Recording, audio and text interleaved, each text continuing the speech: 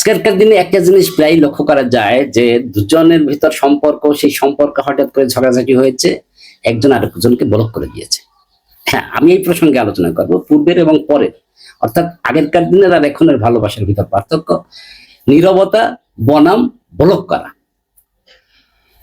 আগেকার দিনে ঝগড়া হলে কথা বলা বন্ধ হয়ে যেত, চিঠিপত্র আসা বন্ধ হয়ে যেত, বিচ্ছেদ হতো নীরবে, চোখের জলে। ব্যাপারটা ছিল একান্তই ব্যক্তিগত। আর এখনকার দিনে সম্পর্কের ক্ষেত্রে ঝগড়া হতেই পারে। হ্যাঁ, সেই ঝগড়া হলে প্রথমেই হোয়াটসঅ্যাপে বলো, তারপরে ফেসবুক আনফ্রেন্ড, এবং সবশেষে ইনস্টাগ্রাম থেকে ডিলিট করে দেওয়া। বিচ্ছেদের ঘোষণা দেওয়া হয় স্ট্যাটাস দিয়ে।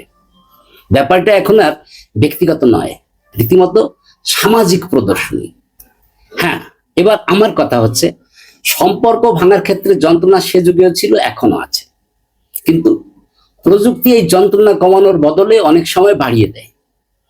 অতীতকে সম্মান করে সামনে এগিয়ে নিয়ে যাওয়া এই বুদ্ধিমানের কাজ। সোশ্যাল মিডিয়ায় নাটকীয়তা তৈরি করা এটা কোনো বুদ্ধিমানের কাজ নয়।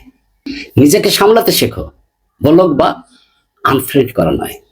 কারণ ভালোবাসা এটা যেমন নিভৃতে আসে, তেমনি ভাবে এটাকে বুকের মধ্যে পুষে রাখাই একান্ত দায়িত্ব। মনে রাখবে, ভালোবাসায় যেমন সুখ দেয়, তেমন তো যন্ত্রণাও দেয়। এই যন্ত্রণা তো তোমার ভালোবাসারই যন্ত্রণা, সেটাকে এত উন্মুক্ত করার কি আছে? অতএব ভালোবাসাকে নিজের বুকের ভিতর যেমন পুষে রাখতে হয়, যন্ত্রণাকেও তেমনি নিজের বুকের ভিতর স্থান দিয়ে নিতে হয়।